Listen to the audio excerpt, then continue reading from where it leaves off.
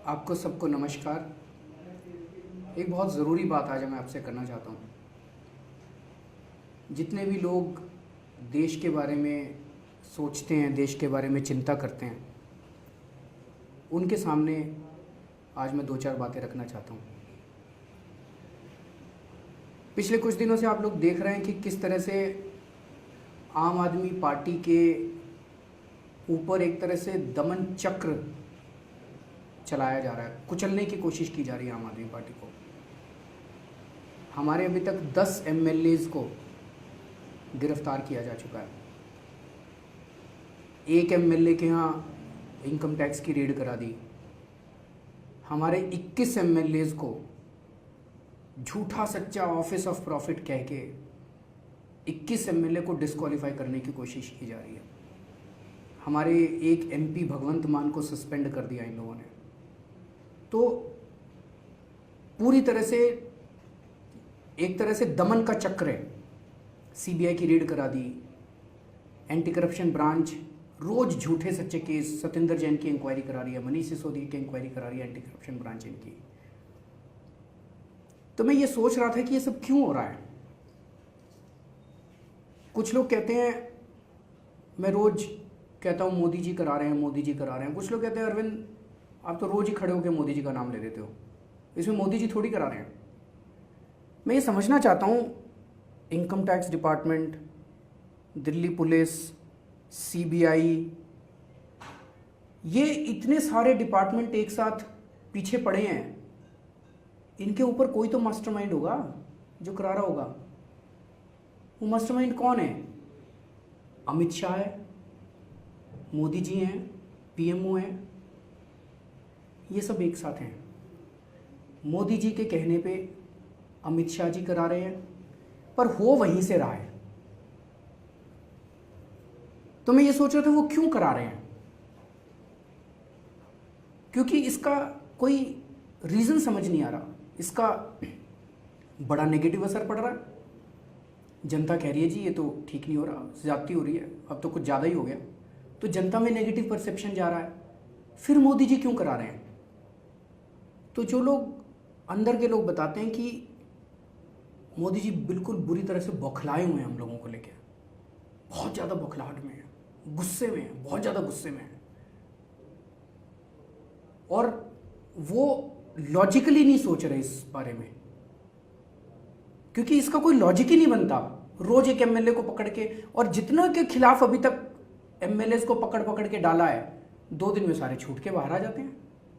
एक मामले के अंदर जरा सा भी कुछ साबित नहीं कर पाए, सारे छूट छूट के पकड़ते हैं, 3 दिन जेल में डालते हैं, फिर वो वापस आ जाते हैं। जिन जिन केसेस में ऑर्डर आए हैं उनमें कोर्ट ने जो लताड़ा है पुलिस को, जो लताड़ा है एजेंसीज को कि भाई तुम राजनीति कर रहे हो, एक भी केस में एक भी दोष साबित नहीं हुआ। तो ये क्यों कर रहे हैं? तो लोग बता रहे हैं बुरी तरह से बौखलाए हुए हैं प्रधानमंत्री जी हम लोगों को लेकर, और वो दिमाग से काम नहीं कर रहे। क्यों बौखलाए हुए हैं मुझे नहीं पता, लेकिन अलग अलग लोग अलग अलग बातें करते हैं। कुछ लोग कहते हैं दिल्ली में काम बहुत अच्छा चल रहा है, केंद्र सरकार काम नहीं कर पा रही बिल्कुल, तो कंपैरिजन हो रहा है।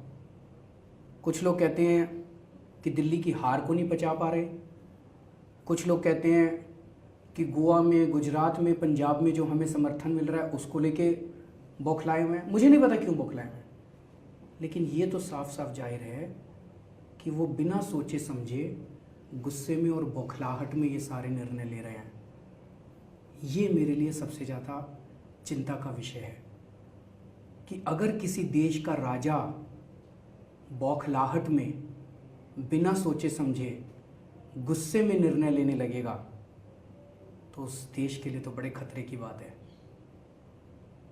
ये मेरे लिए सबसे चिंता का विषय है कि अगर प्रधानमंत्री जी इस तरह से बिना सोचे समझे गुस्से के अंदर निर्णय ले रहे हैं, तो पता नहीं और कितने मुद्दों के अंदर वो निर्णय ले रहे हैं। हमारे तो एमएलएज को पकड़ पकड़ के जेल में डाल दो, अब तो आदत सी पड़ गई है, रोज़ पकड़ते हैं, 3 दिन में बेल हो जाती है, बाहर आ जाते हैं, सबको डाल दो जेल में। इम्पॉर्टेंट चीज़ वो नहीं है। इम्पॉर्टेंट चीज़ है क्या देश सुरक्षित हाथों में है? Is the country in safe hands? कि अगर गुस्से में बिना सोचे समझे इस तरह के निर्णय लिए जाएंगे, ये देश के लिए बहुत खतरे की बात है। इसको जितना मैं सोच रहा हूँ, मैं सो नहीं पा रहा। क्या यही कारण है कि नेपाल के साथ कितने सदियों की दोस्ती थी भारत की, उसका क्या हुआ? आज नेपाल के साथ रिश्ते बहुत अच्छे नहीं हैं। पाकिस्तान के साथ एक दिन आप हैप्पी बर्थडे कहने चले गए, आईएसआई को बुला लिया, और उसके बाद आप उनको दोष देते हैं। तो ये एक दिन ये, एक दिन ये, एक दिन ये, एक दिन ये, कई सारे निर्णय ऐसे हैं जो हम देख रहे हैं कि बौखलाहट में बिना सोचे समझे लिए जा रहे हैं। ये देश के लिए ज़्यादा खतरनाक बात है। दूसरी चीज़, वो राजनीतिक सत्ता लेना चाहते हैं। कोई बुरी बात नहीं है, हर पॉलिटिशियन सत्ता लेना चाहता है, लेकिन सत्ता दो तरीके से ली जा सकती है। एक तरीका है अच्छे काम करो, जनता साथ देगी, जैसे हम लोग अच्छे काम कर रहे हैं, बिजली सस्ती कर दी, पानी मुफ्त कर दिया, स्कूल ठीक कर दिए, अस्पताल अच्छे कर दिए, किसानों के लिए कितना किया। अच्छे काम करो, जनता साथ देगी। वहाँ पे भारतीय जनता पार्टी, प्रधानमंत्री जी, मोदी जी हर फ्रंट पे फेल हो गए हैं, हर फ्रंट पे फेल हो गए हैं। जितने उन्होंने मैनिफेस्टो में चीज़ें लिखी थी, एक भी चीज़ पूरी नहीं कर पा रहे। सारे देश के अंदर हर तबका नाराज है, व्यापारी नाराज है, लोगों का व्यापार खत्म होता जा रहा है, स्टूडेंट्स नाराज हैं, दलित नाराज हैं, माइनॉरिटीज़ नाराज हैं, किसान नाराज हैं, ज्वेलर्स नाराज हैं, हर तबका, यूथ नाराज है, हर तबका नाराज होता जा रहा है। महंगाई इतनी ज़्यादा हो गई, लोगों के धंधे बंद होते जा रहे हैं, तो हर फ्रंट पे फेल होते जा रहे हैं।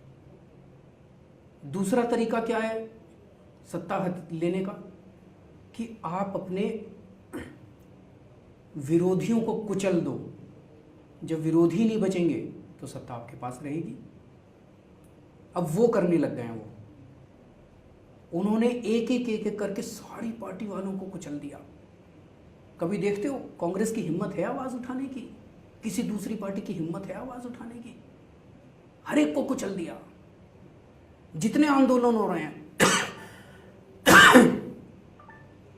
दलितों की तस्वीरें आपने देखी होगी, दलितों ने आवाज़ उठाई, दलितों को कुचल दिया, रोहित वेमुला को कुचल दिया, किसानों को कुचल दिया, यूथ को कुचल दिया, स्टूडेंट्स को कुचल दिया। जितने हमारे ऊपर इन्होंने सब कुछ छोड़ दिया, हमें कुचलने में इन्होंने कोई कसर नहीं छोड़ी। आम आदमी पार्टी को गिरफ्तारियां कर दी, सीबीआई छोड़ दी, एसीबी छोड़ दी, दिल्ली पुलिस छोड़ दी, इनकम टैक्स डिपार्टमेंट छोड़ दिया। हमारे हौसले को ये नहीं कुचल पा रहे। इनके सारे दमन के बावजूद हमने इनके सामने झुकने से मना कर दिया। अब इनको ये समझ नहीं आ रहा ये क्या कर रहे हैं। इसी वजह से ये बुरी तरह से बौखलाए हुए हैं, गुस्से में हैं, हताश हैं। मैं आज सारे वॉलंटियर्स को, सारे एमएलएज को, सारे मंत्रियों को, सबको कहना चाहता हूँ, ये बड़ा क्रिटिकल समय है। आप लोग सब लोग सोच लो, परिवार में भी बात कर लो। आने वाले समय में ये दमन बहुत गंदा होने वाला है। ये किसी भी हद तक जा सकते हैं, हमें मरवा भी सकते हैं, ये मुझे भी मरवा सकते हैं, कुछ भी कर सकते हैं। ये अपने अपने परिवार में बात कर लो। अगर कुर्बानी देने के लिए तैयार हो, जेल तो बहुत छोटी चीज़ है, जेल तो मुझे लगता है सबको जाना ही पड़ेगा, ये क्लियर है। सारे एमएलएस को जेल जाना पड़ेगा और कई बार जाना पड़ेगा। जेल के साथ साथ आपका कुछ भी हो सकता है। अगर तैयार हो तो साथ रहो, अगर तैयारी नहीं है, कमजोरी है मन में, तो छोड़ दो अभी थोड़े दिन के लिए। जय हिंद।